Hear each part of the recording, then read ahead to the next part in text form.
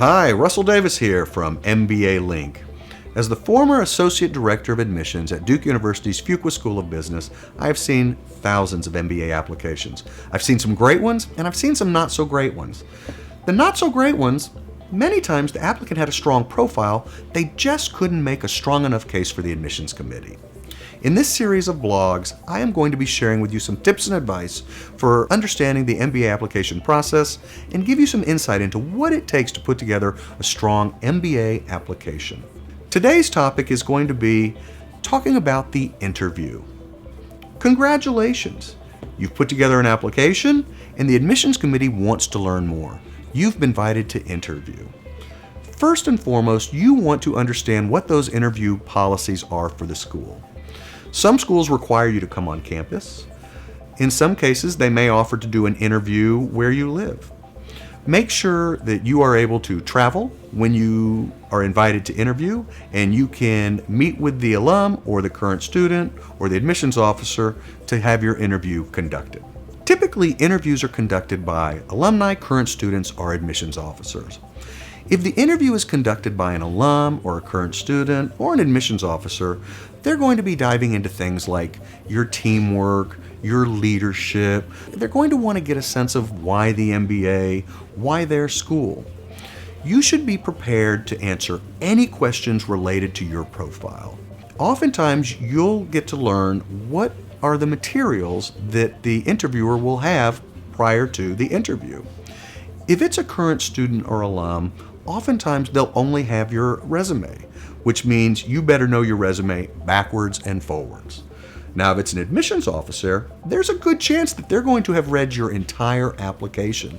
So you better be familiar with everything you put into that application, because everything is fair game. Now, when you go into an interview, it's just like a job interview. You want to go in dressed for success. Just like they always tell you in careers, always dress for the next position.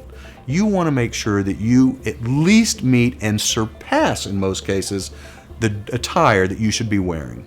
You want to make sure that you are prepared, that you have good questions ready to ask. You have an opportunity to talk to somebody, a member of that community, and get questions answered that you couldn't find elsewhere. So don't ask questions that you can find on the website, and definitely don't ask one of my favorite questions, and I say that very sarcastically, what's the weather like? Make sure you take advantage of that opportunity and you have some good questions. Be an active listener. When you're having that conversation with the interviewer, make sure that you're on the edge of your seat, you're engaged, and you are giving all those cues that you are an active listener. Look excited to be there. Many schools use in their career services the STAR format for telling stories. What does STAR stand for? STAR stands for situation, task, action, and results. Explore this and learn how to tell your stories in this format. When you tell stories in this format, it forces you to tell those stories in an organized and very clear way. You get to talk about what the problem was. You get to talk about what were you trying to achieve. You talk about what were the actions you took, and then you get to share the results. Because many schools use this format when they are coaching their students for interviewing, when you are able to answer questions using the STAR format, you're going to get what I used to love to see in an interview write-up, when the interviewer says, wow, this is somebody that we could put in front of a recruiter now. So, a couple nice things about answering questions using the STAR format. One, it allows you to say answers in a great and clear way. And two, it prepares you to be successful as a job applicant when you get into business school. When you finish your interview, please do not ask the interview how you did.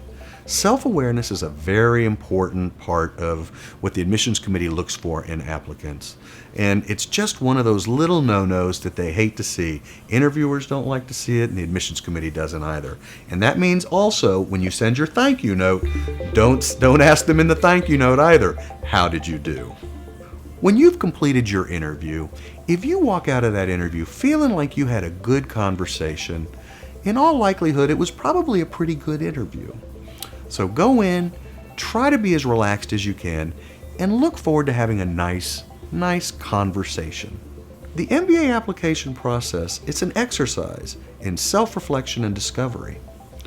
Let MBA Link tell you why you deserve a top MBA program and show you how to put a strong and compelling application together. If you're interested in getting more tips or you'd like to connect with me, visit us at mymbalink.com. And best of luck as you continue to pursue your MBA dreams.